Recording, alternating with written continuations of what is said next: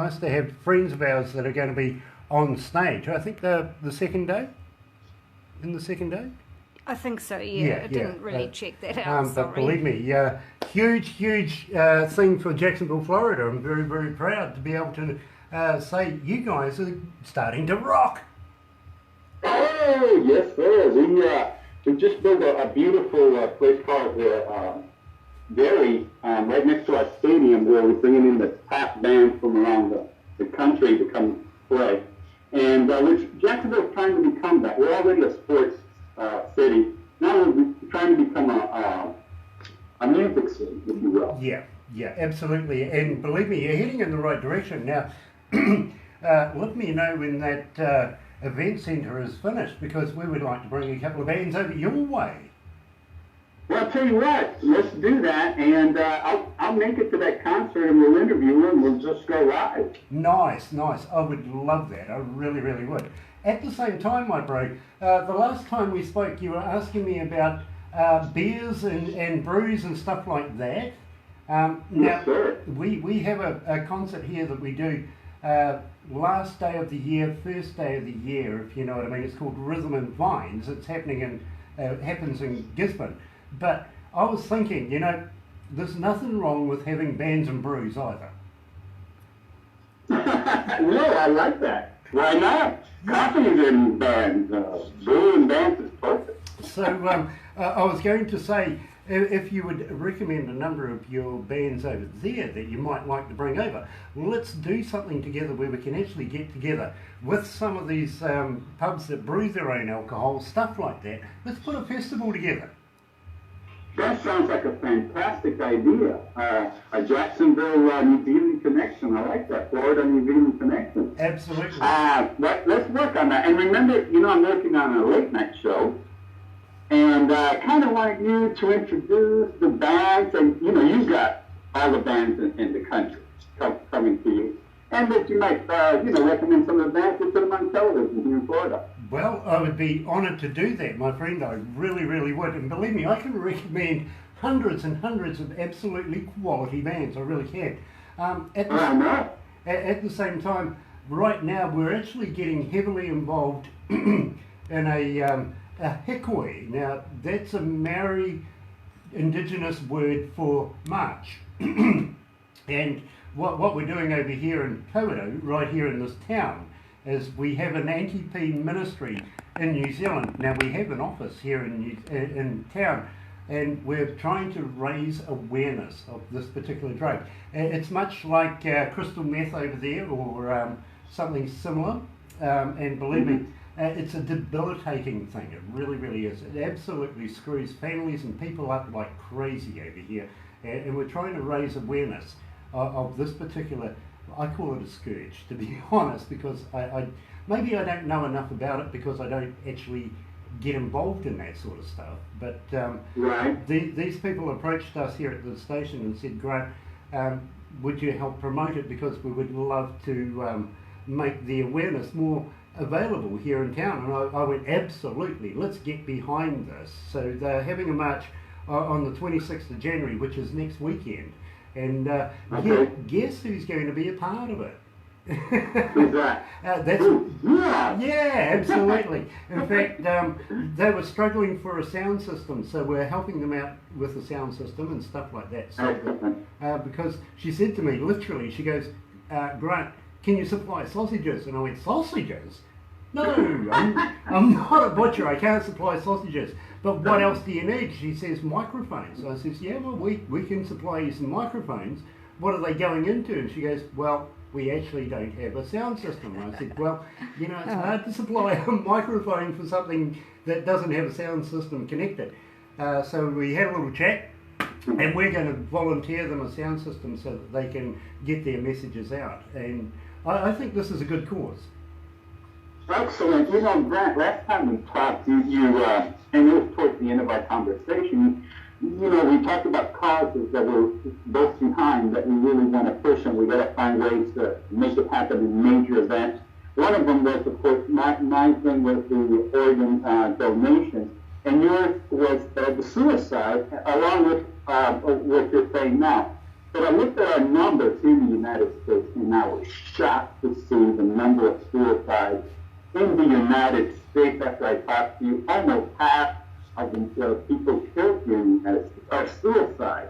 Yes. Which caught me by surprise. I mean, it just shocked me. We've got about 24,000 people or more killing themselves on over suicide. A lot of veterans, a lot of people during the Christmas season. But my point is that I think that we should get behind this and we can save lives in both cases, in both programs. Absolutely, my friend, and believe me, suicide is a passion of mine. And the awareness of suicide, what to look for, everything like that, because every life is precious, and we need to be able to help and support not only those who are going through this, but the families and everybody concerned around that particular person as well. Believe me, when somebody commits suicide, it's I think a very selfish act, to be honest, but yes.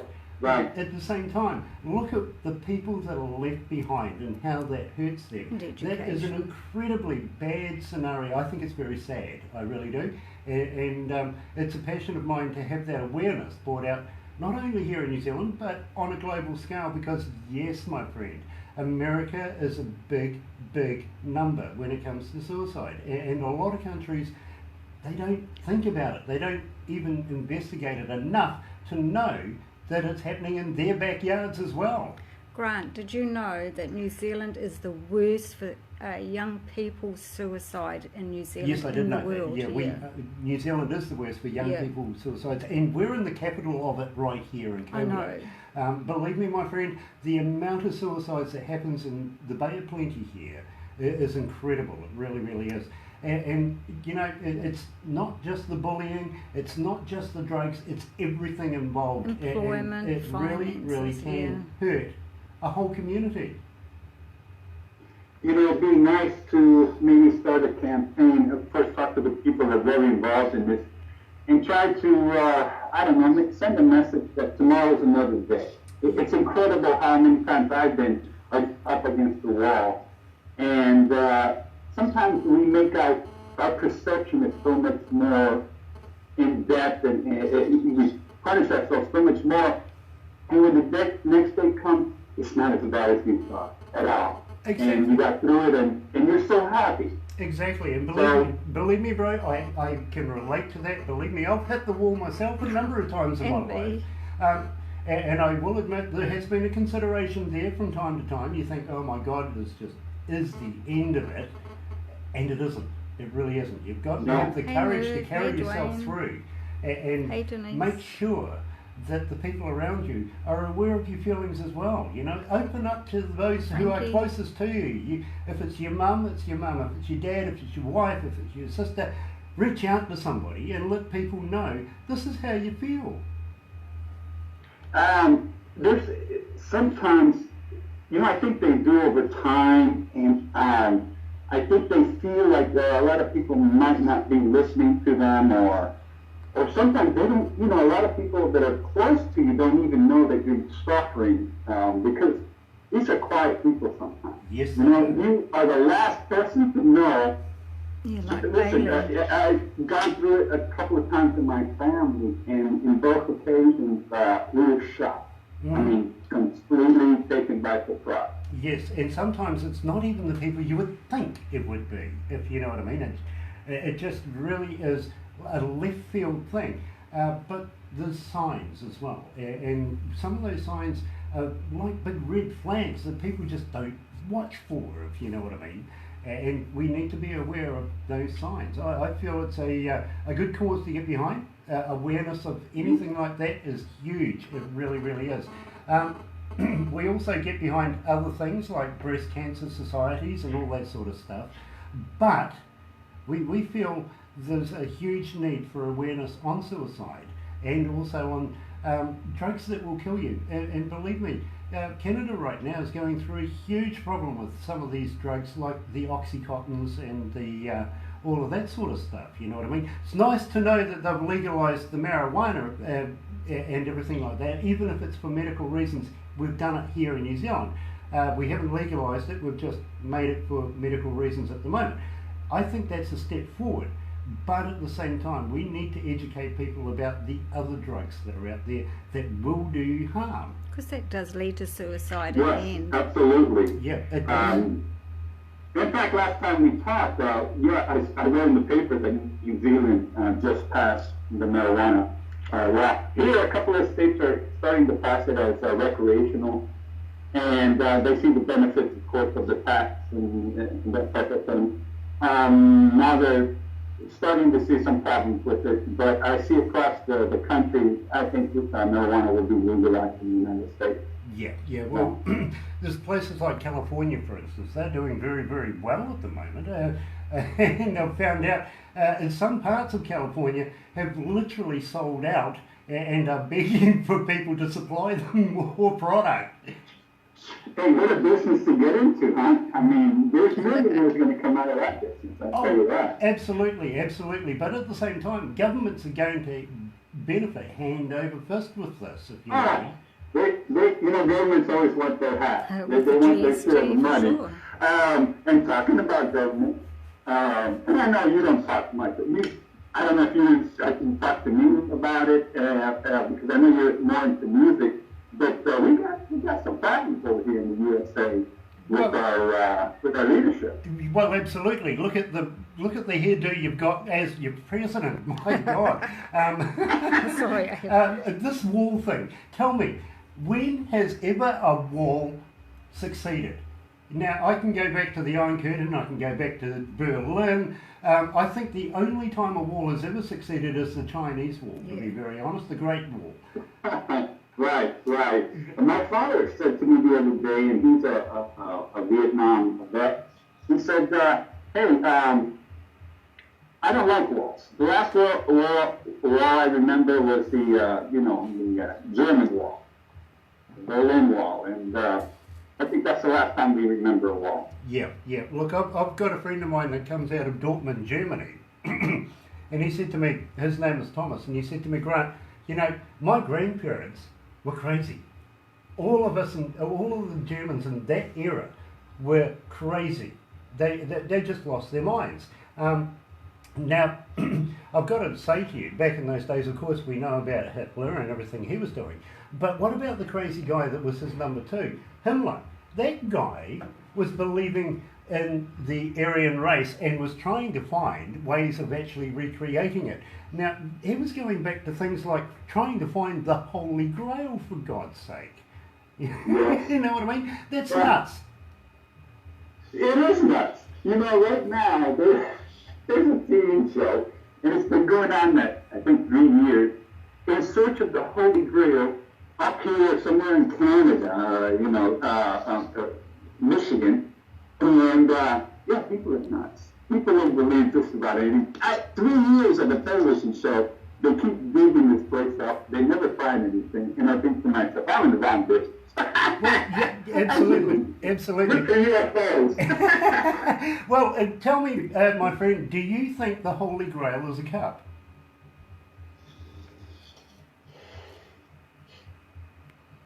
Yes.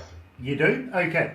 My reasoning of that is I actually thought the Holy Grail was Jesus' wife. She was the bloodline. And of course, the representation of the Holy Grail was forever life, wasn't it? Yes. And you can't get a better... It makes a lot of sense. Absolutely. We see move forward. Absolutely. You need that to go forward. And women are the one thing that will help a family or a person's life move forward by giving birth. That is your bloodline. That's very interesting about the Holy Grail. That's very interesting. No, I never thought of it that way. Well, here's something else to think about. Moses was the person who was... was it Moses that was the guy that had the ark? Which one had the ark? Noah had the ark. Okay. I've got a joke about Moses. I'll lead into that. But Noah had the ark. Now, if you look at the representations of the Holy Grail and it's carried around in an ark, that's not a boat. That's a box. Now, what was was Noah the first person to take DNA instead? I can't see him putting 2x2 animals on a boat, but I can see him taking blood from that, taking DNA from every animal and putting it in a box, but basically an ark. You have figured it out. Yeah, it could have been. Would have. I mean, it makes more sense that way, actually. Exactly. Exactly. Now, to get back to Moses, I reckon Moses was the first internet user in the world. Hey, listen, he downloaded from the cloud onto his tablet. Yeah, okay, that's right. I get it. Well, he had 20 on the tablet, then he fell out and they came down with 10. Yeah, also being the first user of the internet, it took him a few days because it wasn't so quick back in those days. No, you had to pound it out on the rock. So, yeah, I get it. So, you know what? We got some good news here. We got the playoffs in football. Great. You know? Who you been following? Yeah. Who you been following? You know what? I kind of, the Pats, Patriots. Right. They're such a strong team. Strong coaching, strong all the way around. They've been there. They're the old pro. They don't panic. But I love the Rams. I like some of the other teams that are making it. But I think the Pats. Don't bet against the Patriots. Okay. You see, by the way, they get 7th round pick, that's the good news for Jacksonville. Very cool. Very, very cool. Now, I'm a Tampa Bay guy, to be quite honest, so I follow Tampa Bay. Okay. All right. But I have followed the Pats in the past. Of course, one of your very famous players, they came from Jacksonville. I think he retired. Like receiver? Yeah, absolutely. And I used to follow the Pats when he was playing, if you know what I mean. So I love the Pats, but at the same time, I am a Tampa Bay player, follower. Well, why do you like that? Why do you like the Pats? No, Jaguars. No. Fair enough. I tell you what. I'm going to ask you a favour one day. I'm going to say to you, when you come across a ball, how would you like to send me a professional playing ball? Because I would love to have one here in the office. Oh, you don't have one? No, I don't. No, well, we're going to have to fix that. There's no doubt. Okay. In return, I'm on it. In return, I'll send you a Kiwi football. Oh, excellent trade. Yes, sir. I'll do that. Nice. No, you got to have a football. American football. Absolutely. And, we don't see too many rugby footballs up here for sure. Although we do play it collegiately in some of our schools. Yeah, but that's a rough game, son. We're tough I down don't know here. how they do it. I mean, we get concussions and we're furious with We're Kiwis. We're brought up on farms. We're hard asses, bro. We really, really are. And the most dangerous thing about the game of rugby union is the players themselves. We don't bring them up as wusses. Yes. Hey, they terrify me when they get on the field and start doing their dance. The haka. Oh, get out of here, man. I was leaving the field right there. That is actually a war dance. If you're going to do that, I'm not playing. It is a war dance. Well, actually, it's a dance for competition, to be very, very honest with you. But it sets the standard, doesn't it? No. I wonder if our football players, they dance and use once they catch the ball. That's a nice thing. But imagine if our football players did that. That would be something. Well, I tell you what, we'll send our All Blacks over there and teach you how to do it. Hey, guess who's playing at the Super Bowl? Who? Maroon 5. Really loving that band, especially just lately they brought a version out of Bob Marley's Three Little Birds, absolutely killing it here at Galaxy. Oh, no kidding. Oh, absolutely. And by the way, we talked about kind of exchanging a little bit of music. We tell you a little bit about our people here, and we tell you a little bit about some of the other people that you have on that side of the Hi, pond. Roger. So I'm going to send Hi, you this Gib. girl. Her name is Torres, Jazz Torres.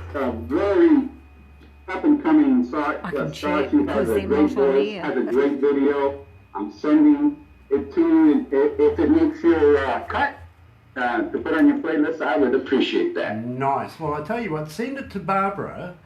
She goes through all of that, and then she puts it through to production. Now, I got to be honest with you, bro. This is how it works. Barbara receives a lot of the information from the internet, and she goes out looking as well. I don't know where she finds the time to do it, but she does. She goes out and finds these successful bands. She takes them to production. They end up arguing like crazy. And we're getting anything from 30 to 50 bands a day. I'm not kidding you. We get inundated by bands around the world. Then, once it's gone through the production and Barbara's arguing thing, it goes to a board of 8 that we have here, and they decide and whittle it down. You know, we might get 2 to 3 interviews a week out of all of that, if you know what I mean. But we don't discard any of that. We look at it again and again and again to see whether it's viable for playing here on our station. So we still get behind, even though we may not do an interview, we still do get behind a lot of indie artists. And believe me, they're the future of tomorrow's history of music. Oh, without them, we've got That's no how we music. started our conversation. That's how we started our friendship, talking about the old days, how we used to play music from all the stars, and we used to play the albums, people like Pink Floyd and that type of thing, where people are still playing pop music, and now it looks like it's come full circle of it. Again, they control the airwaves, and it takes people like you and I to break new artists in. Absolutely, absolutely. In fact, I'm just going to nip off for a very quick second. I've got something I want to show you. Hold on. Oh no, what's he going to show us? I'm here, Frank, if you... Yep, and now we're talking about bands and the old ways of doing things and stuff like that. Do you remember these things? Yeah. Oh, you're from the This is Road band that Hammers. we're looking at bringing to New Zealand this year, would you believe, called the Road Hammers. They're out of Canada, famous band, but they're still, and I love this, putting stuff on vinyl. I'm Yeah. going back to vinyl. I love vinyl. Oh, so do I, and it's a missing media, if you know what I mean. You know, I was fascinated when Clayton Bellamy, out of the band The Road Hammers, said to me, Grant, I want to send you some music. And I went, oh yeah? And he says, I'm going to send you a record. And I says, really? Do you still make them? He goes, we make sure that we make a few records, absolutely. So this is a pride and joy. Oh, definitely. This year I received it, and believe me, I'm so elated to see that there is bands still considering to put things on vinyl.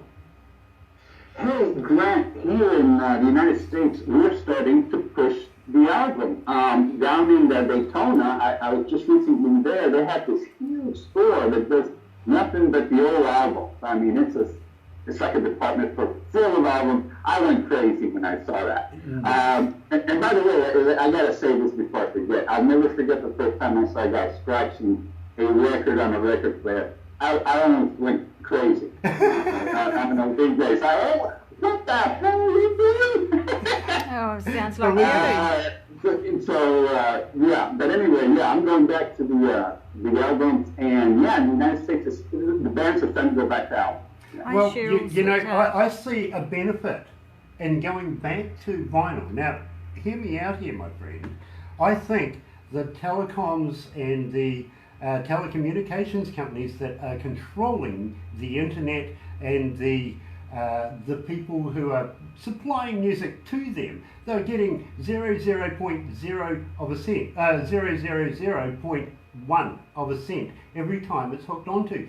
These bands are not making money. They need to go back and put these things back in stores, much like Radio Shack, if you know what I mean, where that is. And believe me, I spent a week in Radio Shack and didn't see bugger all of the place, but I bought a lot of records. I had my own little trolley to be able to buy. This puts money back in people's pockets again. Yes, and you know what I loved about the album is that it used to bring a lot of information and pictures, and you know, you could sit there sometimes with songs.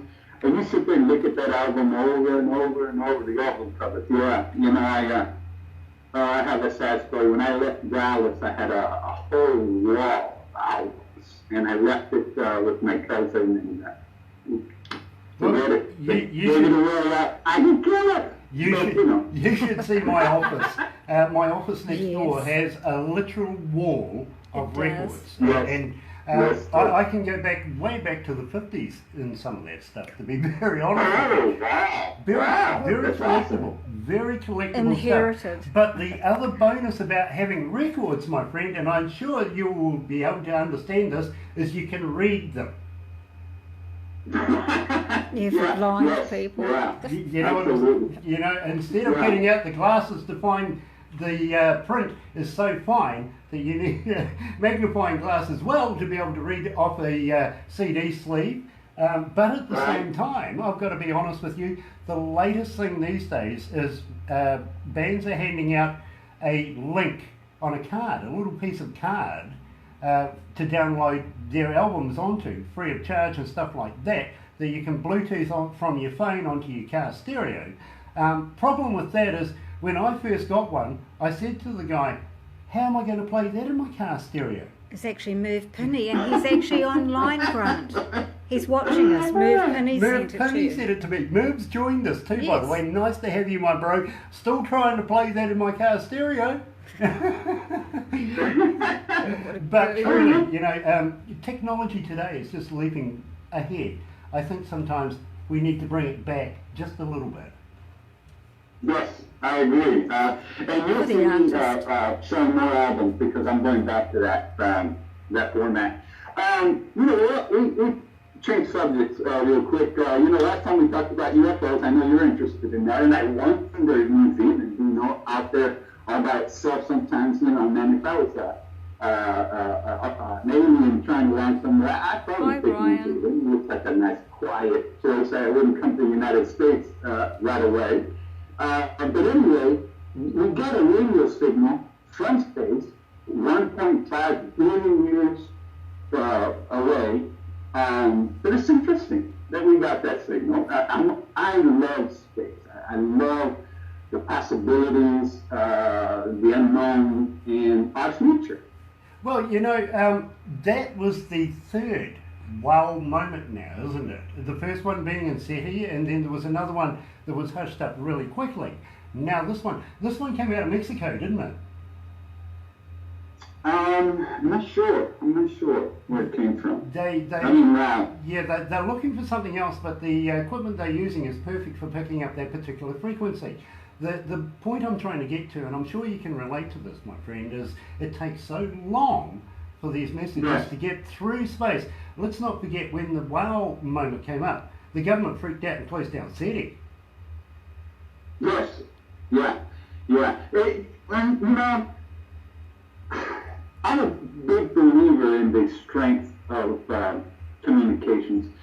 It's so strong that people really don't understand its power. And I say this because after the great actor, and it slipped my mind right now, but into the War of the Worlds, and he put that on the radio, all of a sudden people start singing flying saucers everywhere. Before that, not so much. But now, yes. Now we come up with a movie called The Matrix. And now everybody's talking that we're the Matrix.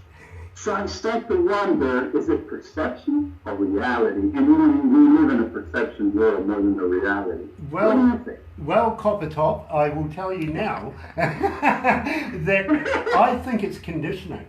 I think governments are slowly getting us conditioned to the fact that there is going to be a visitation in the very near future. I think it's going to be in our lifetimes. Wow. Well, let me ask you this then. Do you think somebody that can, as you know, that our vast distances is what keeps us from approaching other planets and other stars. So somebody that can break that theory, that bond, that thing that keeps us down, buckled down, if they can do that, don't you think they're so far superior to us that we will be in trouble? Oh Oh, definitely, definitely. We are like bows and arrows against the laser, to be very honest Hi, with Steve you. Baker. I do believe that we have a lot and a long way to go and a lot to learn before we could even consider ourselves any sort of equal from anything off this planet.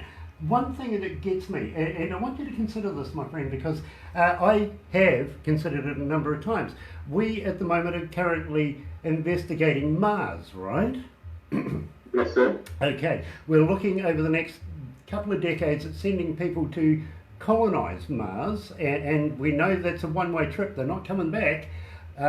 Right. Much like the English when they came over to America, they knew they weren't coming back. It was a one-way trip. Would you go? Would you go? I'd go. No, I wouldn't actually. I would wait and see how the heck they get on first before I even considered it. Build me a house before I get there. Oh, so be a dome. But you don't know who to work. I got smart. But I want you to consider something that I talk to a lot of people about this subject, and it is We do. We have satellites, and believe me, they are wandering around Mars like crazy, and they're taking pictures of Mars. But if you look at the quality of the internet we have in New Zealand, how come It's a they debate can get it better from Mars discussion. to NASA than we can from your place to mine? Grant used to talk on The quality of excellent parts. at this. No, look, the quality of the reception from what's coming from those satellites. I mean, let's look at it as far as power goes. If you have power, and I'm talking electric power, it dissipates after about 25 metres, and it gets worse and worse and worse every time. We need satellites to rebound the internet to be able to get from you to me. In fact, I think we're going through about maybe 2 or 3 different satellites right now that we're having a conversation with, but that's a line of sight around our planet. How are they getting the quality of those photos and everything back from those satellites over mega distance back to NASA in such a brilliant way? How are they doing that? Do they have already other satellites that are bouncing it forward that we don't know about? Yes. I imagine they do have NASA satellites where they bounce the sound, the visuals and the sound. Yeah, I imagine they do. And I imagine that they have some of these floating satellites that they need, because you know how the Earth is, they have to cover the circumference of that. So, yeah, I believe they're bouncing the sound and the sight off of other more powerful satellites. Exactly. I do too. Now, here's one for you. Down in Gisborne, here in New Zealand, we are sending satellites and sending rockets into space right now on behalf of NASA. We're working in alliance with them. You know, so Yes. technologically, we're actually getting there as far as Kiwis go. We're becoming technologically advanced. But look at it this way. We're putting rockets into space. Does people like Russia, China, and any other subversive country that might be a threat to us think that maybe we can hit their planet from any, their country from any part of our country, and does that make us now a military threat? Well, there's nothing like power to motivate you when it comes to either power or money, and both of those things are, I think, what is going to motivate the other countries. As you know, China just sent up a rocket on the other side of the moon. On the other side, now think of this, on the other side where we can't see what's going on. So a little bit on your theory there, they could probably start building some kind of space base or looking for materials. That was smart on their part, and they're not really advertising like we do. Absolutely. It's nice to see that we have partners like New Zealand to go into space. It's sad to see that the United States has really let their NASA program go, with the Republicans not really understanding the choices. But just think, all the materials that are out there, and this is how I think we're going to move. We're going to move from looking for materials to get rich, and then slowly but surely manufacturing going out. So, we'll get out there sooner or later. But that's how I feel we're going to move. Money will move us. I absolutely agree with you, my friend. I really, really do. I have no problems with sending Chinese off this planet. Not that I'm prejudiced, but I have no problems with that at all. But let's not forget, moon rocks. If you've got a moon rock, you've got millions in your back pocket. They're one of the most sought after, one of the most precious items on this planet. People collect these things for huge amounts of money. I got to ask you though, do you think America did land on the moon? Oh, great question, because I had that and plus the flat world. A lot of people believe that the world's flat now. They landed on the moon. They landed on the moon, and last time you asked an astronaut, I believe that, it was Armstrong, somebody asked him that, he punched him in the face. Yeah. So I also do believe that Armstrong did go to the moon. I really, really do. Even though there's a number of people in our office that say no, it's all a conspiracy thing and all that sort of stuff. And I encourage that as far as controversy, as far as conversation goes. But I do believe that Armstrong is not the greatest liar in the world. I think he tells the truth, and he did go to the moon. And I think it's a huge, huge achievement for humanity. Oh, absolutely. A lot of times when we take on these kind of projects, along the way we create a lot of inventions that help humanity. And so, NASA was great, and I don't understand why we stopped. I think our next adventure should be space. And I don't know why we're so eternal. We really got it so much. Do you think maybe they were told by something that was off the planet that they shouldn't be there and don't come back? Maybe. Who would they tell that to? Because we got somebody in the office right now that I wouldn't use that information. Well, let's not forget Buzz Aldrin said once that when they landed on the moon, there was other objects there waiting for them. Do you think maybe they had a secret summit and were told, don't come back? I don't know. I can tell you this. There's billions and billions and billions of planets and stars. There's a lot of life out there. Oh, there is. Oh, yes. And whether they did or not, I think they're trying to reach us. We're trying to reach them. I think we have the same problem, but it scares me because unless we reach it together, one is going to have the advantage of the other. But let me ask you a really profound question. Do you believe that you work for the robots or the robots work for you? In other words, automation. Does it work for you or do you work for it? No. And can you see the future? I think the future, to be very, very honest with you, is in robots. I feel that we're going to be replaced by them one day. The only thing the robots need is a conscience. Mm. And that comes from humans. That's what they need to harvest is and human conscience. Maintenance. The other thing they may need to be able to, well, no, they can make themselves, right? So the maintenance comes into it. But I think the other thing that the robots would need is a soul. Yes, well, they could be taught the right things to do, but a soul, that's a very interesting religious, spiritual question, absolutely. Very interesting. But here's the deal, soon you're going to get an announcement that a lot of workers around the world are going to be unemployed because machines are taking their jobs. It's nobody's fault. It really isn't, And I think the problem with the society is they don't want to adapt to new ways that are coming down the road. They want to keep the old ways, and unfortunately some of them want to profit and leave everybody else behind instead of understanding that, hey, listen, you can't be the only one holding the golden crackers. You won't be able to live in peace.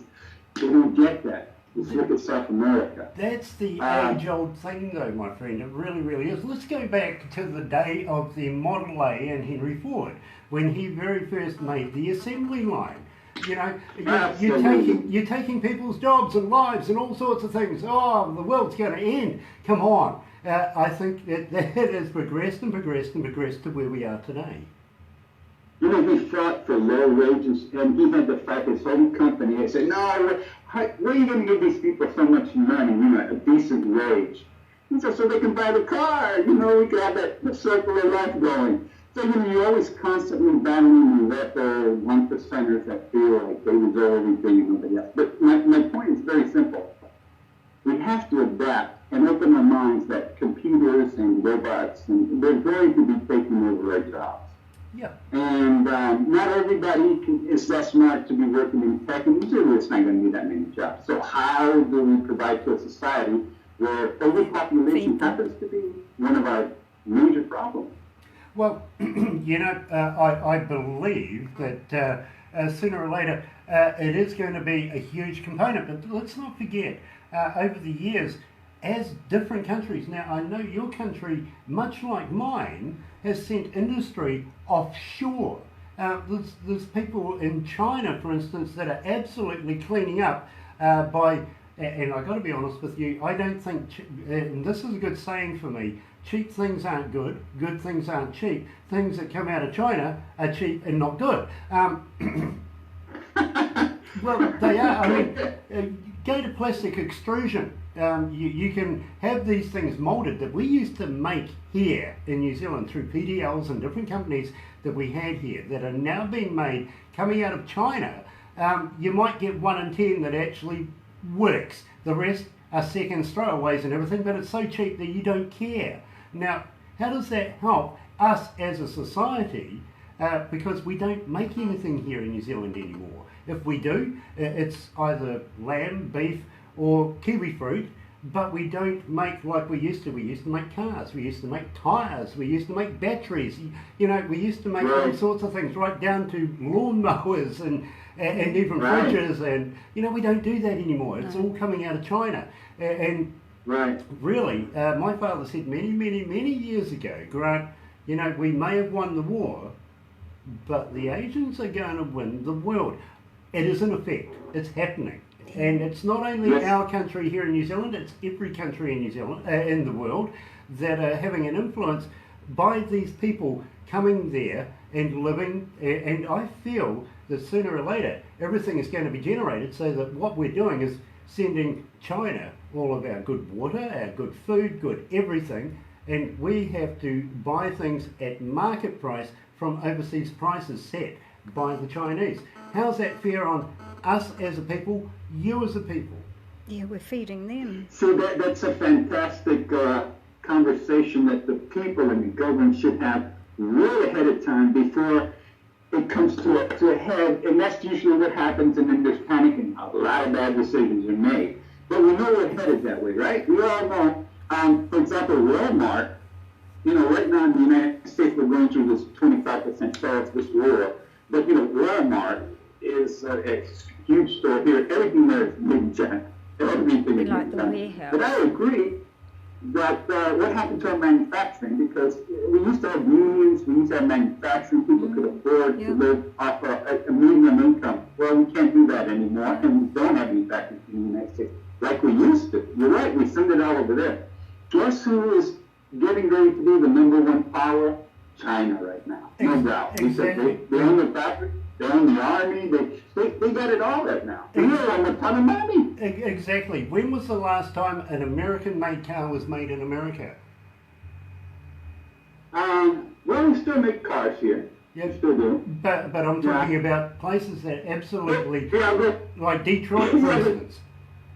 Yeah, I see what you're saying, because we're getting cars built, but they're bought by other outside interests, outside companies. You're right. Yeah, we're building here, but they're owned by other outside interests. Yeah, absolutely. Not only putting New Zealand in the same bracket, I mean, we used to buy Australian-made cars, Holdens and Commodores here in New Zealand, but they don't make them in Australia anymore either. It comes out of a whole different package altogether. And would you believe, I got to admit, I think Chevrolet has something to do with the Holdens now that used to come out of Australia. So there's an integration there between two different countries. I absolutely love that idea. It's not coming out of China. So, yeah. But at the same time, I'm still an old fan, would you believe, of the English-made cars. The English, like the Jaguar. Yes, absolutely. I've had a few. Yeah, I love the Jaguar. Oh yeah, I love the Jaguar. Yeah, I love that. No, I love the old Jaguar. They had a lot of curves. They had that long nose. Rolls-Royce. It came in the back of the seat, 0 to 60. I love that car. Exactly. But I don't know. Now the Jaguar kind of looks like an ordinary car. Well, it does. It really does. But yes, I agree. I like the older style Jaguar, much like the older style Bentleys as well. Remember, they were pretty much the same back in those days. So yeah, but yet again, I'm a Rolls Royce kind of guy too. I like those cars as much. I love it. I love it. But I want to jump back just for a second on China. I buy some media equipment. And media equipment is kind of expensive. I found this Chinese company. So I saw that they seem to have the same products as the ones I was buying, so I purchased some. And sure enough, I get it. And it's exactly like the other product, except for a few things. Number one, the material, not plastic, not a superior thing. But it does the job. Of course, it has their name on it. And the reason I say this is because I heard it for a couple of years on all this equipment that I wanted to buy, and then I find it in these Chinese companies for pennies on the dollar. And so, you see? Absolutely. You've got to go with finances, but I still maintain cheap things aren't good, good things aren't cheap. How long will that product last? How long will that product last? How many times will you be replacing that product before you've actually discovered that you paid more for it in the long run? Yeah. And in the Spanish market, we have the same thing. Lo barato sale caro. Yeah, the cheap things are more expensive in the end. Yeah, absolutely. I want to go back to your president and have a talk about Mr. Trump. Now, he was rather upset that he was not looked upon in a favourable way by a particular report saying that they were taking a sort of a review of how he's gone since he's been president, and they seem to think that he's not as strong as he should have been. Now, do you think Mr. Trump was preordained from years ago? Now, why I say that is, let's look at his uncle. His uncle was the man who, and I'm going to say this publicly too, stole Tesla's files. And now, Tesla wanted to bring free power to the world, right? Right. Leave it a few years, and what have you got? You have the internet using Tesla's designs and methodology to be able to get it around the world. It's just that it's not on towers, we're bouncing off satellites, but it's the same thing. Now, do you think back in those days, the government did a deal with Trump's uncle? And of course, being, can't get the uncle in power, let's do something for the family down the track. Now, is Trumpy working for the Russians? Well, you know that back then there were so many trunks that Tesla left behind, and of course, when they went to recover them, a few of them were missing, and they say that the government took them. So, who knows? I think Edison, I think a lot of people that knew what Tesla had, and there were quite a few, I hate to say it, but they screwed him in the end. He was poor, he was suffering, and they just took advantage of him and his note. And at that particular time, he was trying to negotiate, I think it was for like $20,000 back then, quite a bit of money, with the Russians. Mm-hmm. because the United States, you had the other guy, Edison, holding him back and holding the government back. So he had to make a living. So he did propose something to the Russians, and that's where I think the government got involved. Yeah, absolutely. But don't forget, there was a... Am I wrong? Am I wrong in what I just told you? No, you're not. You're absolutely on the mark. But let's, now that you brought up Edison, don't forget that there was a compromise there between Edison and Tesla, not between those two, but between the powers that be that now made AC and DC. Right.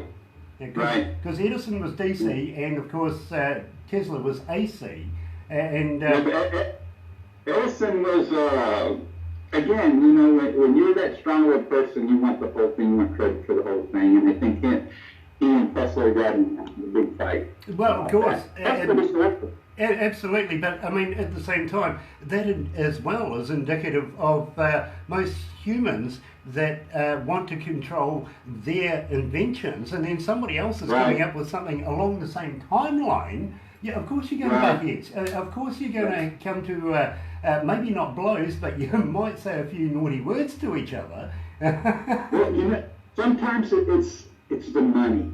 Yeah. I find that what ruins a lot of great people is money. People let money take the inventions away from the people. I'm sure there are a lot of great things that we know about now were invented by other people, just didn't have the whereabouts to get it out in front of people. That's all. I fully agree. I fully agree. But at the same time, I got to be honest with you. I never have enough of this stuff. What's that? Money. Enough of what? Never have enough money. Me neither. Absolutely, I will never have enough. And my grandfather used to say, a couple of dollars in your wallet is a good friend. Yeah. As long as you have a couple of dollars in your pocket, you will always have a friend. If you don't, good luck with that. My mother was Scottish, and she used to say, "You take care of the pennies, and the pounds will take care of themselves." Yeah, absolutely.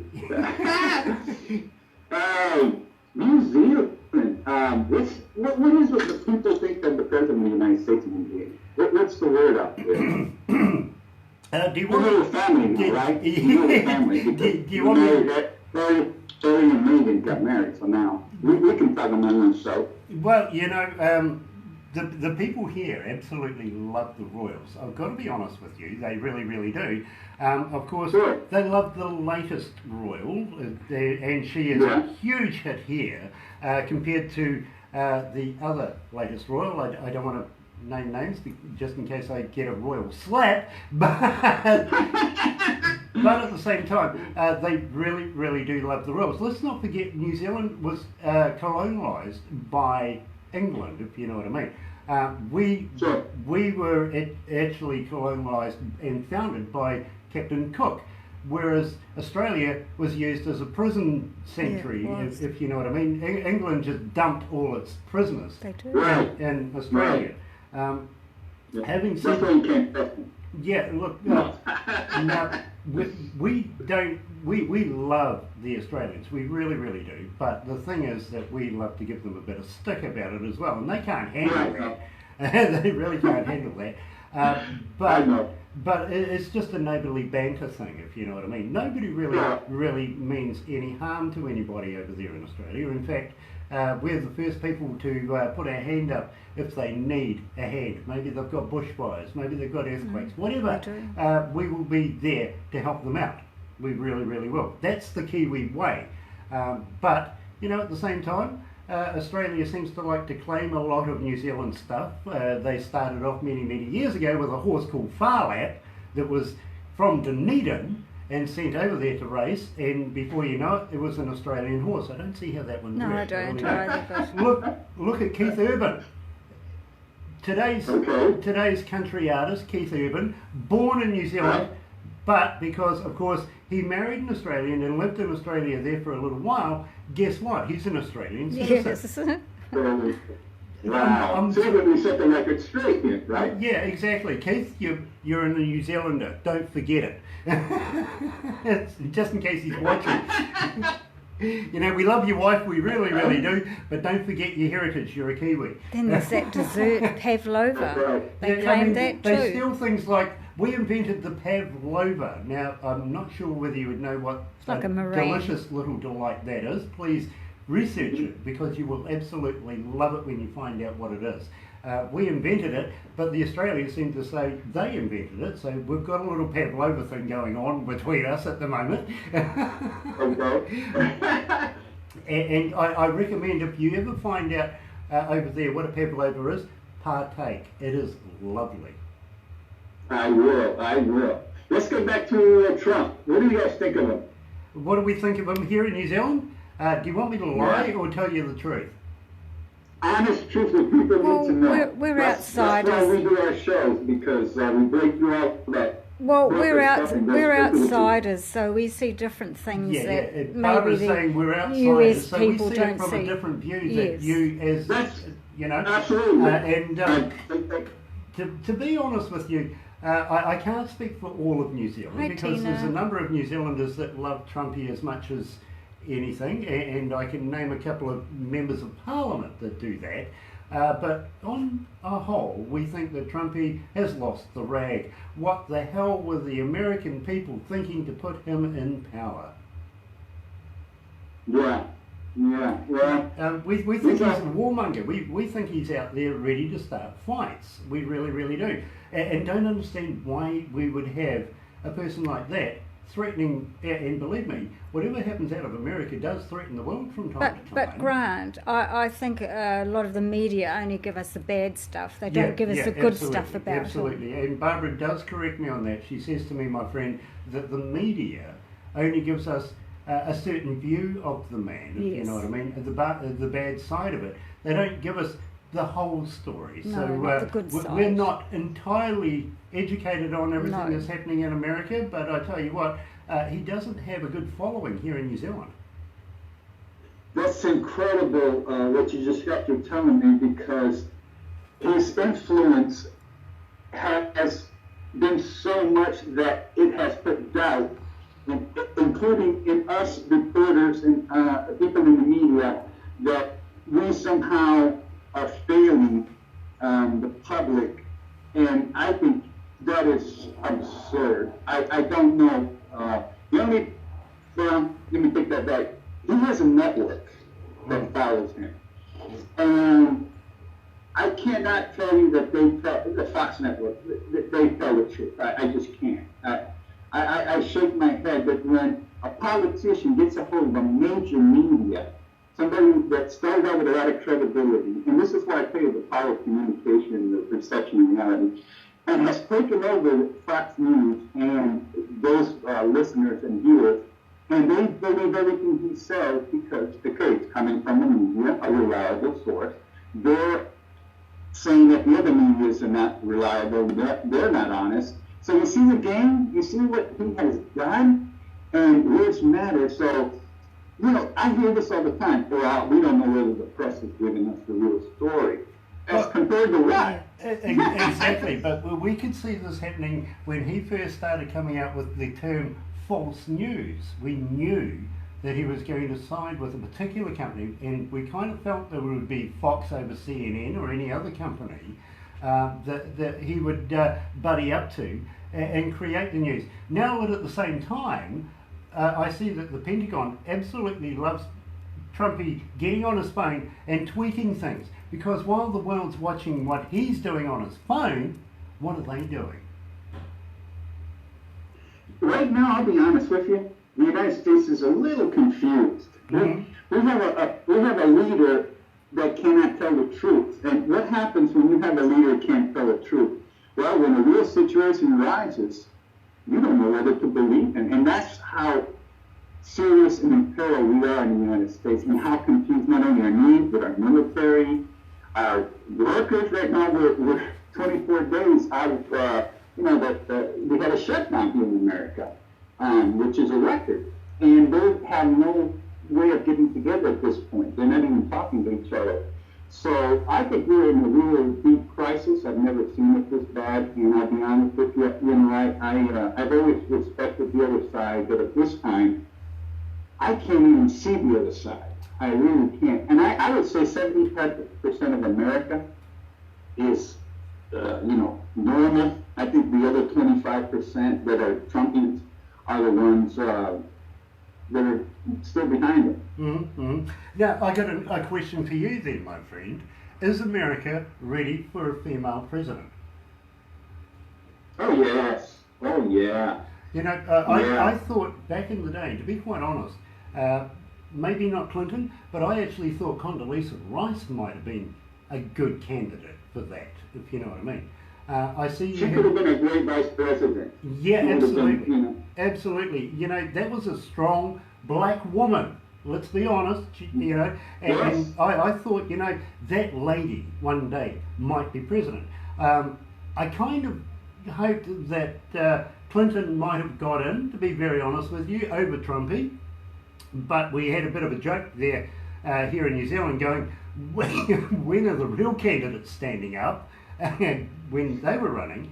But I see that you've got a young lady at the moment that might be a damn good threat for Trumpy. Do you think Trumpy will get the next term? No. Of course, we were surprised one time, but I think he's dug himself in so deep, and he's broken up the Republican Party pretty good. I think. Yeah. I think we took over the House and we destroyed Trump. He backed a ton of candidates that lost. Out of 50, we won 38. He won 2. That tells you how deep in trouble he is. Yeah, absolutely. And, absolutely. Our next elections, we're going to get rid of a lot of those Republican guys that have been backing. I fully agree with you. I've even been, and just quietly, I'm going to drop a name here. Charles, our good friend Charles from Jacksonville, Florida. I see even he's disillusioned with your president. He really, really is. Quite vocal sometimes on Facebook. Isn't he? He is? Yes, Charles. God bless him. Yeah, he's the one that kind of introduces. Hey, listen, I'm quite vocal sometimes, and I really try to not be. I try to be, being a media person, to try to stay as straight as I can, but at the same time, I cannot stand by and see our country degraded. I can't do it. I respect that of you, my friend. I really, really do, because, yes, even in my job, you try to be as neutral as possible until the sublime becomes more ridiculous, if you know what I mean. Yes. So from time to time, you've got to put a point of view across. You really, really do. And we have politicians that come up here. I challenge them like crazy. I've got to be honest with you. If you're a politician, I look at it, you're paid to lie to me, sir. Now, let's get through that and get down to the nitty-gritty and get to the truth. But from time to time, it's just so ridiculous. You've got to take a stand and say something. Radio is a wonderful media to be able to do so, much like television. And believe me, I know you're a very famous man in Jacksonville, Florida. And we have the power sometimes, maybe not to change somebody's opinion, but maybe open up a conversation that might make them think about that opinion.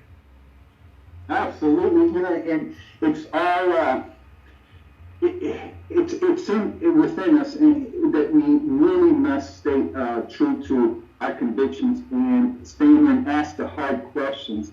And you can do it politely, and you don't have to agree. But the truth must come out, and if you're skilled at it, you can do it without being insulting. Because the game that they play is they don't answer the question, right? They always say something like, "Well, I see what you said, but let's look at it this." No. Stay on point, and that's what I beg reporters to do, because they're so skilled at changing the conversation, and you gotta stay focused. Absolutely, and believe me, I don't accept answer a question with a question. I accept give me the bloody answer. Yes, the question with a question is exactly how they like to answer the question. Now, let's go back just briefly to female president. I can recommend a lady in power. Believe me, we have one here at the moment, and we've had in the past. And these ladies make a difference. They really do. You'd be surprised how many men in suits and ties do what they're told when a lady is in power. Yeah. Oh, absolutely. Absolutely. And I've got to be honest with you, I'm no different here. Oh, yeah. We have a young girl out of New York. Her name is Alexandria Ocasio-Cortez that's making some noise. I love her. She's coming from the, I think, the Brooklyn area of New York, but she is, she's a fireball, and she says it like it is, and I like her. So, but we're getting some new blood in the Democratic Party and see what happens.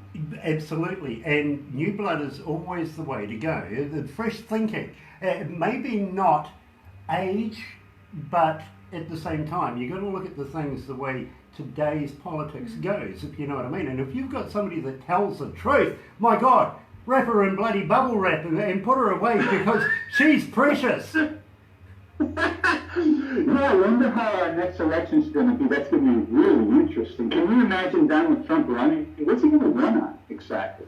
You know? Exactly. I mean, exactly. I've been wondering that myself. You see, we've been sort of looking at it here in the office here. Will Trumpy make the next second term? If not, when are they going to shoot him? We've got bets. Oh, we don't want that. I can't touch that. No, you can't, but I can. Look, I mean, at the same time, if you remember JFK and the incident that happened there, and believe me, that made world news around the world, and we're still getting over it today, to be very honest with you. But I wouldn't want that to happen. And I'll tell you what, I don't want him to be a martyr. I don't want people to remember him as a great president. That's what happens when they shoot you. You kind of become history, you know. Yeah. I don't want him to go down in flames for the president, for what all he's done. You know, I mean, you got to be proud of what you did if that's, you know, stand up for your record. I'm waiting for the next Watergate to come out of the White House right now, to be very honest with you. I really, really am. I feel that there's some skullduggery going on there, and the American people and the rest of the world haven't cottoned on to it yet. There's something going on there that we should be aware of, and I think that it's going to come out in the soup, to be very honest with you, in the not too distant future. As you said, you don't know what Trumpy's going to run on. I think that's when it's all going to come out, and it's going to hang him out to dry, to be very honest with you. But at the same time, you've got to look at who's going to be his replacement. Is he any better than Trumpy? Surely to God there is somebody better than him. Or her. Pence would be the person in charge, the vice president. Okay. And then after him, if he gets convicted, then it's the head of the Senate. I have to call him Turtlehead, but McConnell would be the guy taking over. And he would be worse, I would think. He stopped Obama from doing anything for 8 years, so... Yeah, well, Obama, again, he didn't quite get there with the medical promises he was making for them, if you know what I mean, or the insurance and stuff like that.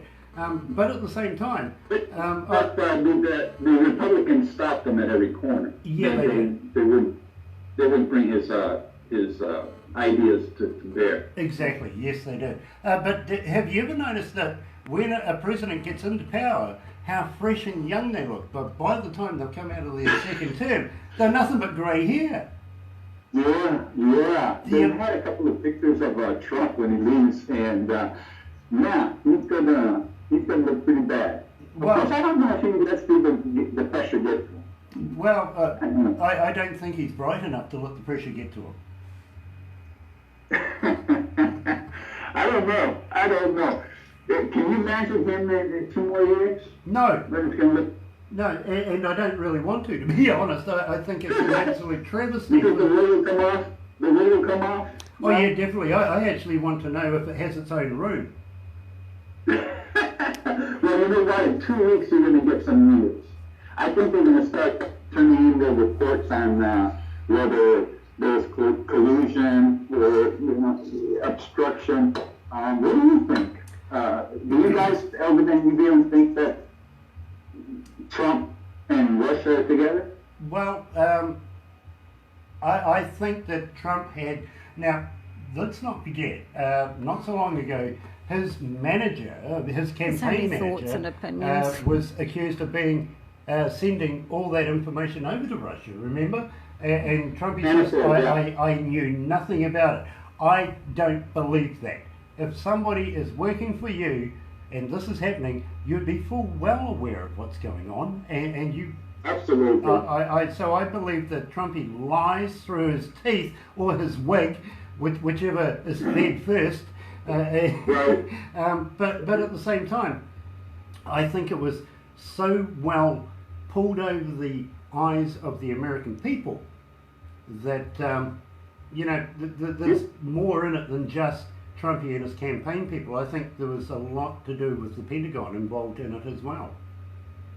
Well, it goes back to perception and reality.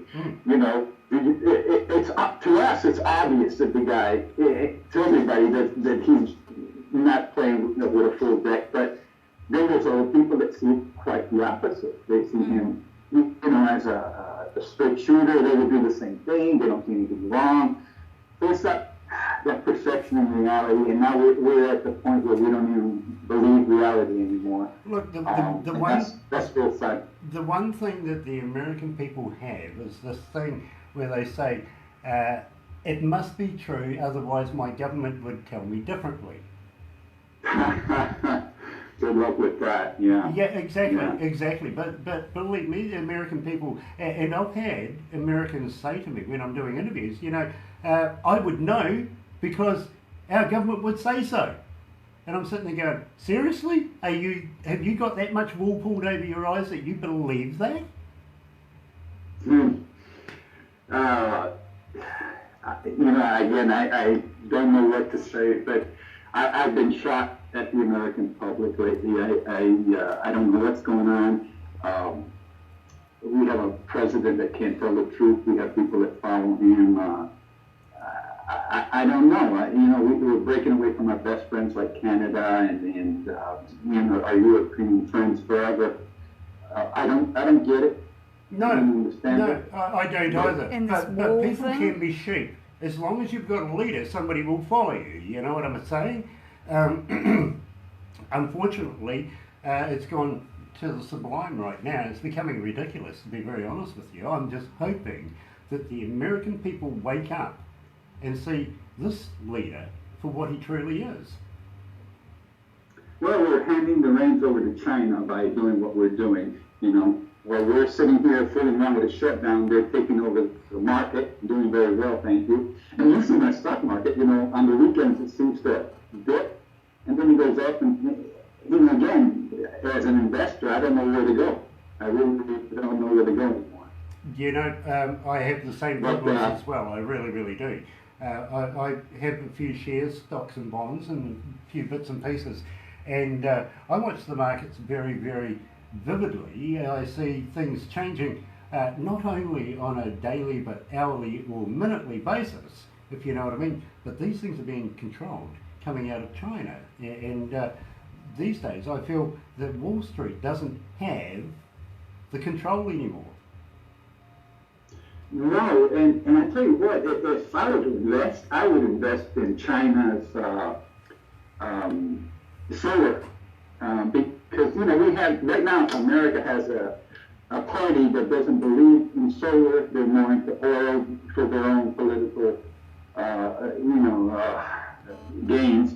But the reality is that the rest of the world is in solar, and soon when we get a new leader, we're going to be in solar.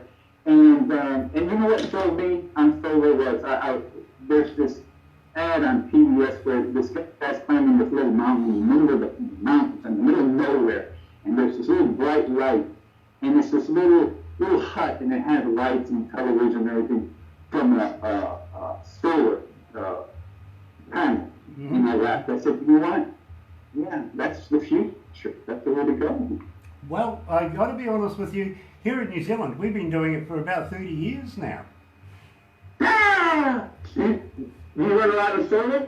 Well, we have a big following of solar panels.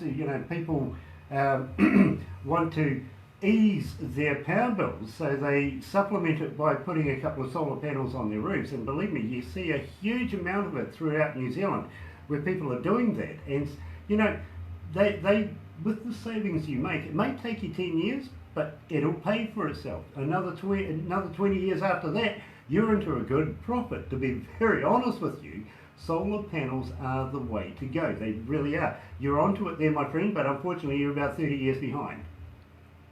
But that's why we're talking about investments. We need to invest in that. I think that's where I think we'll make a good investment in Chinese solar power. Oh yeah, absolutely, absolutely. And at the same time, let's not forget there's other forms of being able to create power as well, including using wind, and we're experimenting with waves at the moment as well, generating stuff like that. The one thing that worries me, my friend, and I've got to be honest with you, here in New Zealand, is the lack of water. We have an abundance of it right now, but we're siphoning off millions of gallons every month to send offshore. And well, you know, the world only has a certain amount of water in it. I hope that we're going to get some sort of return by Mother Nature at the same time to be able to continue the supply, because again, I think China has a big influence on what's happening with our water. Yeah. And I can tell you that honestly, because they're moving into Komodo here, our town, and taking our supply from here. And a dairy factory they're building. That's another fantastic subject I love talking to you, because I'm the same thing. These corporations are coming in, buying the best lakes, just buying all the water in the lakes, so they can sell it for $1 a bottle, a big profit. And that's what's happening here in the United States also. And people think that we're surrounded by water, that we have plenty of water, when fresh water is really, 10%, 20% at the max that we have for the population. Water is a vast resource that we're losing, and because we don't have our eye on the ball, we don't understand that pretty soon that's going to be very expensive. Look at Japan, how much they pay just to take a shower. Yeah, absolutely. In the U.S. we're spoiled. Yeah. We don't know this yet. Well, I'll give you something to think about then. Here in New Zealand, we have an abundance of water. We have hydro-generated power and everything like that. And even though we are sending water offshore, I was talking to a guy the other day, and he says, Grant, buy desalination factories. Make your own water. Buy yourself a desalination plant and create your own water, because it's going to be so expensive and so hard in the future. And he says, give it 30 years, my God, you won't know the prices of water that you're going to be paying for. And that's not only for your rates and getting water to your house and everything like that, but your bottled water, your drinking waters, all your products that has anything to do with water is going to go exponentially through the roof. He says, get yourself a desalination plant now, and it will serve you down the track. Much like the solar panels that we were talking about 30 years ago that we got in. People told me 30 years ago, get involved in this, buy shares, get yourself some, do this, do that. I sat back and watched for 30 years, and I regret it, to be very honest, because those shares today would be enormous. They really would. So this guy, and he's a scientist and lives here in New Zealand, he says, Grant, desalination plant, get yourself one, because believe me, they'll never be any cheaper than what they are today, and they'll be worth their money when you need them. Absolutely. And remember when water was free? Yes. And now a little bottle is $1. See, there's nothing like raising the price of something to make it important all of a sudden. Exactly. I've never seen people drink so much water in my life. I didn't grow up drinking water. Remember when we were kids running around? They had to make us drink water. But now, because it's $1, wow, I got to have a bottle of water for $1. Exactly. We don't drink out of the faucet anymore here in the States. We don't drink out of the faucet. Well, here's one for you. A number of years ago, when Barbara very first started here, and I used to say to Barbara, because she would say to me, there's this thing in the news about Coca-Cola and how the sugar ratings and all the sugar levels and everything are attacking the teeth of the children and da da da da da. And I used to say to Barbara, who's behind this propaganda? Who benefits from this? And of course, it was the water bottling companies that were bad. You know, you've got to put Coke down to sell your product as being a good, wholesome, clean product. And people buy into that. And therefore, you see now this emergence of water everywhere. It's now become fashionable to drink bottled water because it is for $1 compared, but you can get Coke for 90 cents. Yeah. Right. 35 cents in some places, absolutely. Yeah.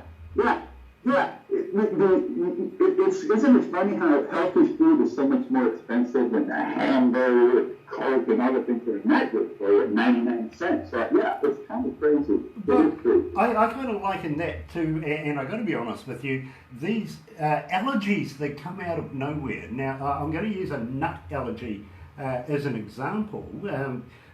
Believe me, when I was brought up, we never even heard of a nut allergy. Who has allergies against peanuts? Nobody's ever heard of it. In the news yesterday, we had scientists and doctors saying, feed your kids peanut butter.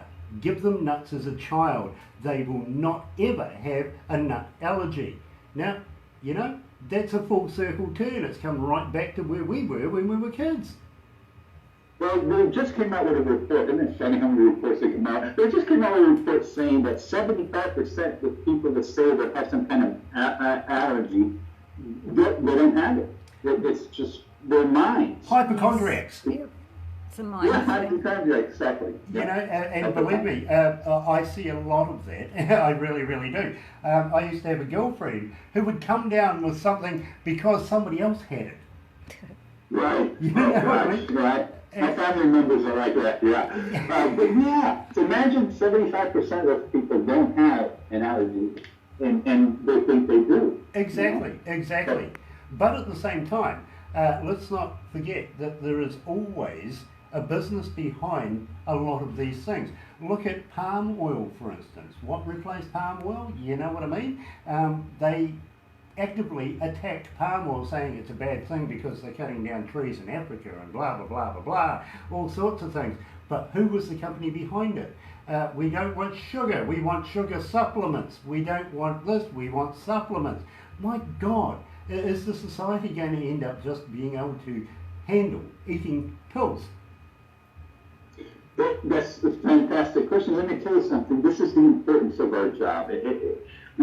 I don't know if people understand the importance of communicating, but there's so many things going on. For example, the industry for pills. Okay, that we gotta stay on top of these guys because a lot of these guys are selling to doctors on these pills, and then you're blasting television with all these things that we think we might have or might not. But anyway, those are the popular pills, and you gotta have those kind of pills.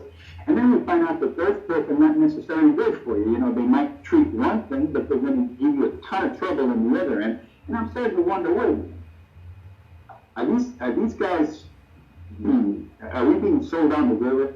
Oh, yeah. Good old wholesome food. Yeah, that's why we got to stand up. Absolutely we are. Here's one for you. Now, I don't know whether you smoke or not, my friend, but I am guilty of doing that. I smoke this product. Now, this is New Zealand's cigarette packets. Okay. Okay, we have nothing but organs and bits and pieces. Move back a little bit so I can see it. Okay. Just a little. There you go. Okay. Wow, interesting. Very interesting. It doesn't even have the brand of the cigarette on the packet. Wow. Now, let me... How much do they cost? Here it's like $10 for a packet. $25 These are for 30 20. New Zealand dollars for 20. Wow. They're 36 for 25. $36 for 35. Because hubby smokes. Because Barbara's hubby smokes. But a lot of this goes, would you believe, in New Zealand government taxes. Now, the reason why I'm leading up to this, and there is a good point to this, is that we, and you know that we've just passed a law for medical marijuana here in New Zealand, right? Right. We have a company here in New Zealand called Ash, and they are the biggest complainants of smoking in New Zealand. They were the ones that stopped people going to the pub and having a cigarette while you're having a beer. You've got to go out in the rain to have your cigarette, right? They have increased on people's lives like you wouldn't believe. You can't go driving in a car with children. The police will pull you up if they see you smoking a cigarette and you've got a couple of kids in the back. You know, that's the invasion of a personal privacy. They now want to stop you smoking in your own home.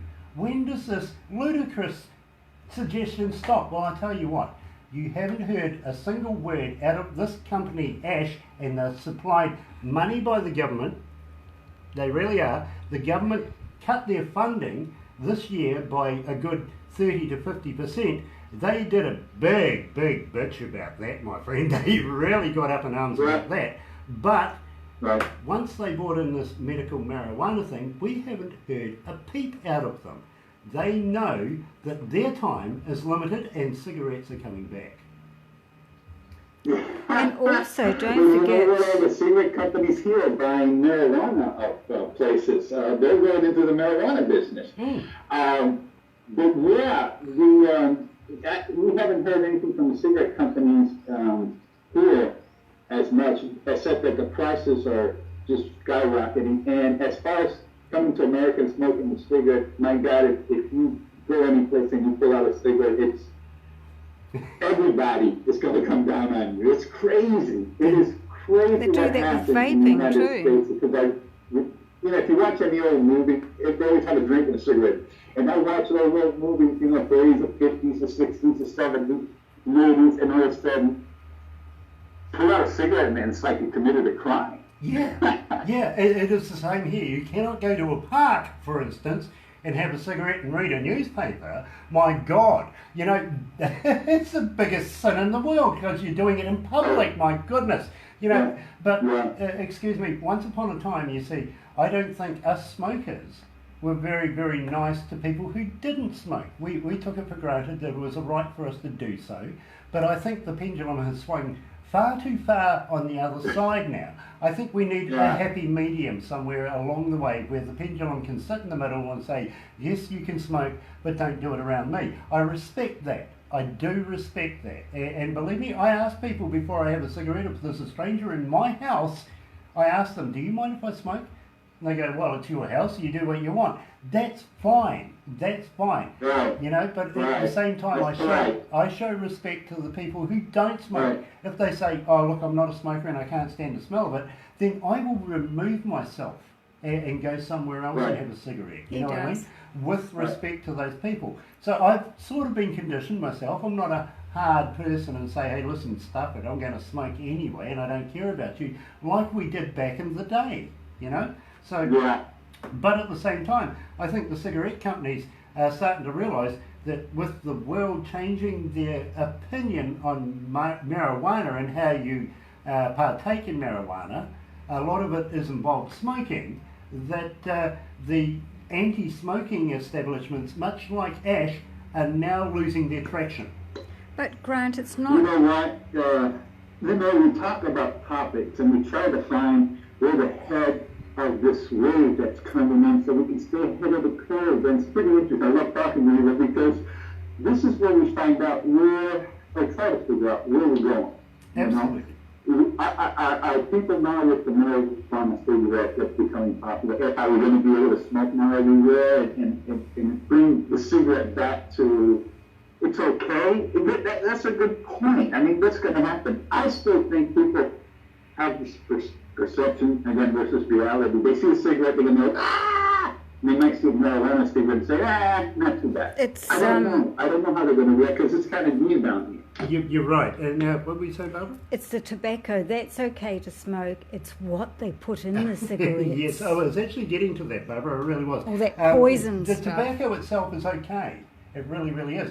It's what So they it's put in there, the marijuana rat and poisons, the tobacco. gunpowders and everything else to keep Yes. it burning Wow. is doing you the damage. That's what's causing the lung cancers and the ulcers and everything else that's in there, is the arsenics and everything like that. Nicotine. The plant itself, Yeah. and believe me, I have people here in New Zealand that grow their own tobacco plant and they swear by it. Tastes different, I got to admit, it really does. It doesn't have any flavourings or anything like that. But at the same time, if you dry it properly, much like some of these people who grow and dry their own marijuana, it doesn't go out.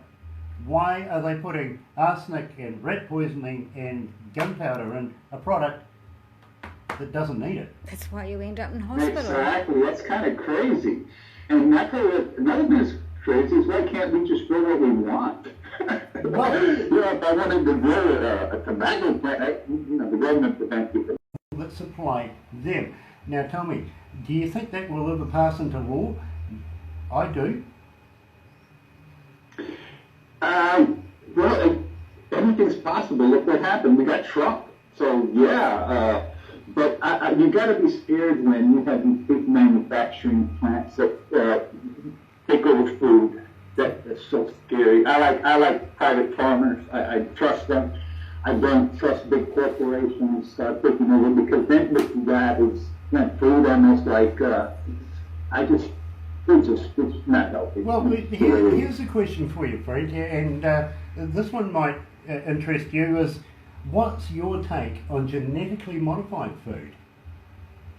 I don't like it. I think that's one of the reasons we have a lot of cancer, a lot of genetic stuff that goes into the body and doesn't come out the way it should, because we're modifying our bodies with these genetic food. We're animals that are designed for natural things. Well, Frank, let's not forget that we started to do genetically modified foods to help people in places like Ethiopia and Africa and feed the ones who can't be fed. You remember that tale they told us? How many of those people are actually receiving what the world was given as an excuse of why they're making genetically modified food? They're not getting it. We are. Look at the tomato. It has been genetically modified for hundreds of years now. If it's genetically modified to be bigger and tastier, I can see that. What I can't see is what they're doing a lot now with these, they grow, the vegetables are not fully grown, and they pass them through these machines to give them a nice color, and then they sell you these avocados that are very not ready for prime time. And you buy all this food that is really not ready to eat, because they're just trying to push food, Exactly. It looks good, but it's not good. Yeah, but at the same time, quality of taste, it changes. Every time you change a product, Yes. I mean, these days, things are becoming more and more bland. They're losing their natural flavours. And I hate to say that. I'm not much of a foodie, but I like good food. I got to be honest with you. And I like my food to taste like it's supposed to taste, not like a piece of cardboard. Right. Well, when you bite into a nice ripe tomato, nice and juicy, yeah, you want to know, yeah. And every once in a while you taste one when you buy it from the grocery store. Not that you say you get them every time, but every once in a while you get it. Yeah, They're easy to grow. exactly. Right. But you see, the thing is, here in New Zealand, we grow our own as much as we possibly can. I mean, it's not only a financial thing or a budget thing, if you want to put it like that. It's also a skill thing that we like to think that we can do. And we grow our own tomatoes, we grow our own lettuces, we grow our own carrots. But to the chagrin of people like the corporations that own the supermarkets, we don't want you doing that. And they have the money, and with the money goes the power of influence to make governments change laws in their favour. Once upon a time we used to have a guy that would come around our streets in a truck and have a couple of kids on the back delivering bottles of milk to your house. No, you've got to go to the supermarket now. I think you have gallons, we have litres, but you can only buy them, would you believe, from the supermarket.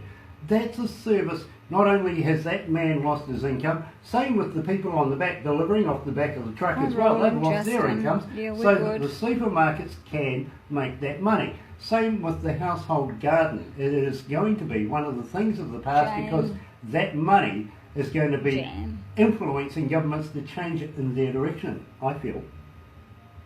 Yeah. Well, you know, right now the big push here in the United States is everything's delivered to your house, the grocery store. You don't have to go to grocery stores anymore. Or you can order and then go and just park and they bring out your bag of food. So, yeah, we're changing the way we look at food and the way we buy it, which is important.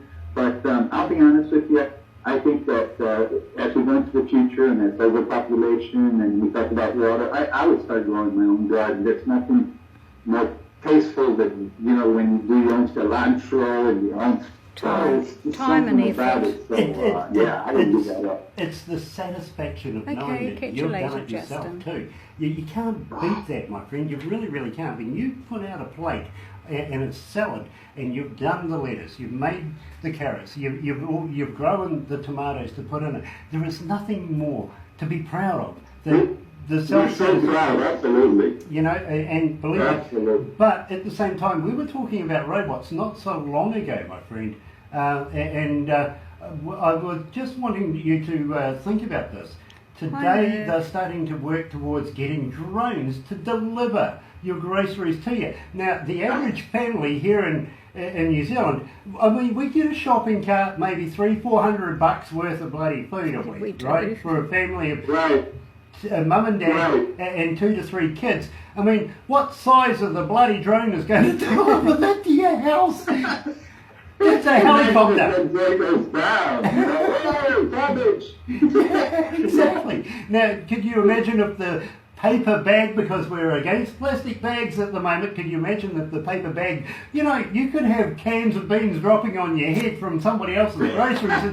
It'll be boxed. Yeah, I thought about that same thing, and I guess what they said, Amazon anyway, that they had a weight limit. But, well, here's another interesting thing, and I think that here's where New Zealand can really shine. You know, now they have the drone, well, now they have the car drone, that you can actually give them a car, and it's the same concept. New Zealand would be a beautiful place to start a car dealership of, flying cars. I mean, and it's a perfect place to take them and fly them, don't you think? Absolutely, and believe me, I am in full favour of bring on the Jackson Zero. I really am. Just imagine. I really am. Look, I fly a helicopter. I have my pilot's license. I can fly the wow. and rotor as well. I can fly them, and I get some of the best scenic aerial views in the world from time to time. When I take out a helicopter or a plane, I absolutely just do it for the love of seeing New Zealand from a different view, to be very honest with you. That's my pleasure. That's my thing. I love that. I do skydiving as well, parachuting, you name it. Anything from a great height out of a plane, I will do it anytime. Simply because I love that moment. Now, if you've ever tried doing skydiving, for instance, it's that moment when you're in free fall and all you've got to do is, besides concentrate, look around. And you're the closest thing to a bird you could ever be. My God, you couldn't get a more exhilarating period of time. And I bet. for me, it's an addiction. I've got to get my feet off the ground and in the clouds. I've got to be honest with you. And I love it. I really, really do. But Really, do you have it? Next time you do those things, wear one of those go cameras, man. Go for it. yeah, absolutely. Absolutely. I'd be more than honoured to. I'll send you a copy of it. But what I was leading to is just recently over in Heathrow and in Gatwick over in England, they were being hounded by these drones. I mean, they had police officers, they had the army out, the whole deal. Couldn't catch these drones or anything. You know, just quietly, I think they were doing a spoof of a TV series you might see on TV called The Game of Drones.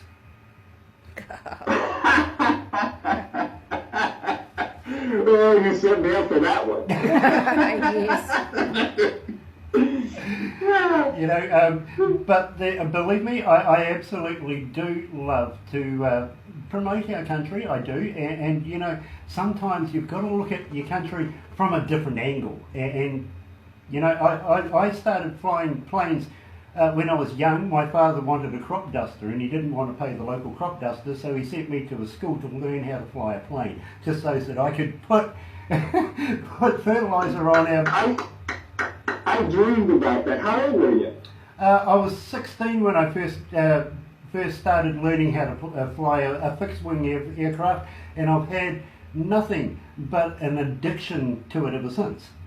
And you've been in the Air Force? Oh my gosh, you know, Grant, just to fly little by wings type of flying the plane that you do the crops with, that would, to me, would be a thrill. You know, the double wing plane, the old balsa wood and canvas planes. Yeah, absolutely. Better think that over again. You got to think of those. You got to think of those old aviators back in the day, though. I mean, how heroic were they to get into something that was made out of a bit of timber and a light bit of timber and some canvas. Wow, Grant, that is incredible that you fly. I think that's one of the best things that a human being can actually do. Really, that's something. You know, I have my father to thank for a lot of things in my life, but that is one that I absolutely am proud of, and I've kept it up today. You know, I go regularly to local airports and I might hire a Cessna. Don't own one myself. I would always love to own one, but I don't mind hiring a Cessna, a small aircraft, and taking it out for a quick flight around the North Island, maybe even go down to the South Island for a while. I've always said to Barbara, the one thing I want in my life is a boat big enough to land my helicopter on. And she goes, why do you want that? And I says, well, you know, look at the freedom. You can travel around the world by boat, and if you ever get into trouble, well, guess what? Just hop off the bloody thing. Oh, I hate it. I couldn't go on a boat. That's excellent. Oh my gosh. Wow. No, I couldn't go on the boat. I Well, had my to go friend, by I think plane. we've done pretty good today. We certainly have. Now, Almost next 2 time hours. you see your two cohorts, please wish them a Happy New Year from us over here. It was an absolute pleasure talking to both of them the last time we caught up, and my friend, I know you're going to be a very great success this year. So you have a very Happy New Year as well, won't you? I sure will. And you too, my brother. Keep in touch. Every month we should do this and catch up and see what's happening in our news. And give the big old hug to Barbara. She's the one that keeps the kids. Oh, no. I was going to say, keep us connected. Oh, no. But, anyway. Yeah, you're still there, bro. Yeah, what do we see? A nice box. Hang on. Oh, that's hold on, there's the Coke can. We're talking about water? Yeah. So my friend, I will let you go, but thank you so much for your time today. And yes, I agree. Let's do this more often. Yeah, once a month. I'll book you All right, in. my brother. Okay, All buddy. right. That's really. Absolutely. What did you say? Absolutely. I see your mic cover there as well. Your windsock for your microphone. The windows need cleaning. Oh. Yeah. I'm just having fun. Yeah, I'm having is that a mic sock that you have on the ground there, my friend? Yeah, it hit the ground, that's what it was. Okay, because I got one too. Oh, hang on. We're going to get in All right, there. brother, I'll catch you later. Okay, buddy. All right. You have a great day. You have a Thank great you for one your time, too. Frank. Catch you soon. All righty. Bye-bye. Bye. Bye, everyone.